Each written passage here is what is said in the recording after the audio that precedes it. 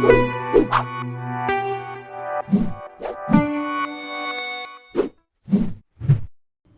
we're almost to the end of our week 1 project. In this video, we'll discuss how to build and deploy our Unity projects.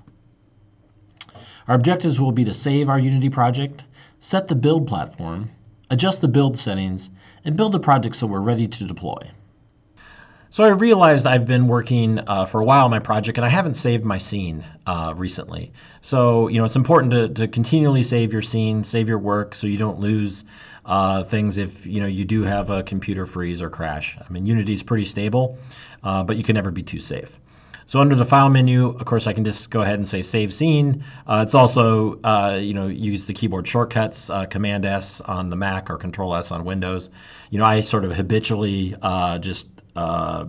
use the keyboard shortcut every few seconds or every few minutes to constantly save my scene, save my work. The other thing we want to look at is the project, on the file system. So we've been, looking at this project tab, which of course are the files and folders that make up our project. But really that's not the whole picture of your project. So let me go ahead and minimize Unity.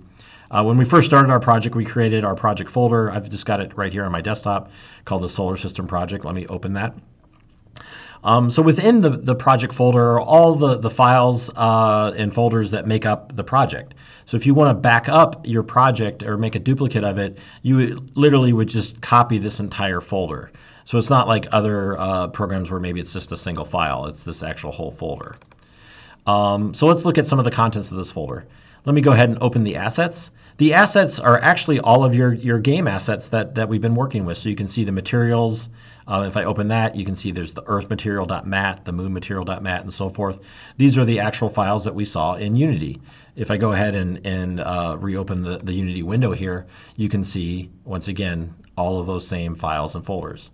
Notice the Unity editor does not show the file name extensions, but they do exist. So really there's a one-to-one relationship between what you see here and what you see in Unity. If you rename something in Unity, it will rename the file or folder here. If you rename it here, it'll rename it back in Unity when you bring Unity back up. So your assets are really all of your files that you're working with that makes your game. The library folder is a folder that Unity manages. So really you'll never go in here. But you do need to keep it around, with your project, otherwise your project won't open. The same thing with project settings. It's just settings of the editor and that sort of thing related to your project.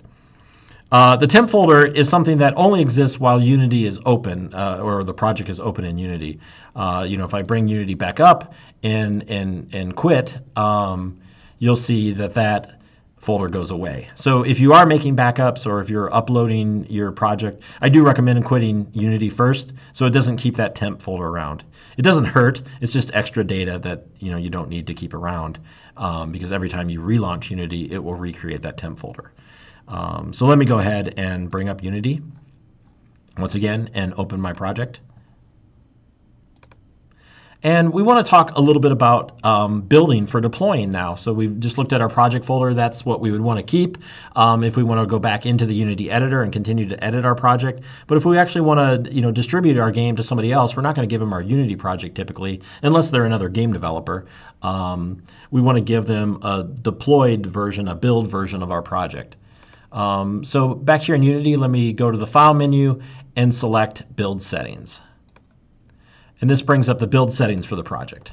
There's various things I want to talk about here. First is the platform. So the platform is the build target that we're targeting. So right now, by default, this project is set to PC, Mac, and Linux standalone. Basically, this would create a double-clickable standalone application for the respective platform. Over here, it says target platform. That's where I could actually pick, Windows, Mac, or Linux. And you can see all of the various other platforms: Web Player, iOS, Android, BlackBerry, Tizen. WebGL, in my version of Unity here, it's in preview mode. This in the future may be a great way to deploy to the web. It creates an HTML5 version of your project, which modern browsers will support, and it really opens up Unity to a wide variety of new platforms out there. Right now, it's still, at least in my version, a little bit buggy and doesn't support all the features of Unity. So so we won't be using the WebGL preview for now. But if you're doing this lesson and you've got a newer version of Unity where it's no longer in preview mode, that may be a good option for building for the web. If I scroll down here, there's many other platforms as well, game consoles and that sort of thing. Some of these you may or may not be able to build for because it requires custom hardware like a dev kit or a custom license to be able to actually test and play back these things. For purposes of example today, we're going to build for the web player. So right now you can see this little icon, the Unity icon. It's on this row. That basically means I'm targeting PC, Mac, and Linux. So if I select web player, I go down here and click switch platform, and it will move the target up there. So now I'm ready to build for the web player. Sometimes depending on the complexity of your project, if you switch to a given platform, it may take a while because it has to recompress your graphic assets, your audio, and so forth to support that respective platform. But moving back and forth between PC, Mac, and Linux and web player usually is fairly quick. And of course, our project is not very complicated, so it actually switches pretty quickly. The next thing I want to talk about is up here at the top. It says scenes in build. So this is basically what scenes to include in the build of our game. Right now there's no scenes in here, and if I actually built this, it will by default pick the one scene in my game. But often when we're making games, we might have many scenes. So we do need to include those here typically. So I can click add current, which would just add my current scene there. Or, in my project, if I find my scenes, that's why it's good to have them organized in the scenes folder. I could basically drag and drop it over here, and it will now be in my build. And we've only got one scene, but if we had multiple scenes, you would want to put them in a logical order. If you had an initial loading screen, you would put that at the top because that's what would show first. So we're almost ready to build. The last thing that I want to show is player settings. So player settings, depending on your platform, will allow you to customize some aspects of how the project will play back. So let me go ahead and click player settings. Over here in the inspector, it shows the player settings. You can see you can specify a company name, the product name, which pulls from when we created the project, Solar System Project. Maybe I'll customize my company name as Michigan State University. You can pick icons and that sort of thing. But really what I'm concerned with is down here, the settings for web player. And notice these are different tabs, settings for PC, Mac, and Linux, and so forth. I'm going to go ahead and stay on the web player because that's what I want to build for. This is where you can pick your resolution. So right now it's set at 800 by 600 for me. Depending on your defaults, it might be different. But I wanted it at 800 by 600, so you would just go in here and type out those pixel resolution that it would play back in the browser. Down below is the web player template. You've got 3 different options here. I'm going to go ahead and just pick the default for now. This is the web page that's actually created that embeds the Unity content. And after you build, you could always customize it if you want to. So really the only thing that I changed was I guess I set my company name and I changed the default screen width and height to 800 by 600. Okay, now I'm going to go ahead and build my project. So I'll go ahead and click build. This is going to ask where I want to put it. I'm going to go ahead and open this up to make this bigger. I do like to put my builds at the top level of my project folder. You definitely do not want to put them in your assets folder. Anything in the assets folder will show up here in the Unity editor. And you don't really want builds here. I mean, you're not using builds to build your game. Sometimes Unity gets confused if you have build content here. So I do recommend staying out of that assets folder for your builds. So we're going to build it right here at the top level. Sometimes I do like to make new folders for the builds. Maybe I'll make a builds folder. So within the Solar System project, there's now a builds folder. And I can even make a new folder for the specific build. So if I was building for, iOS, Android, Windows, Mac, etc., I could have a folder for each of those.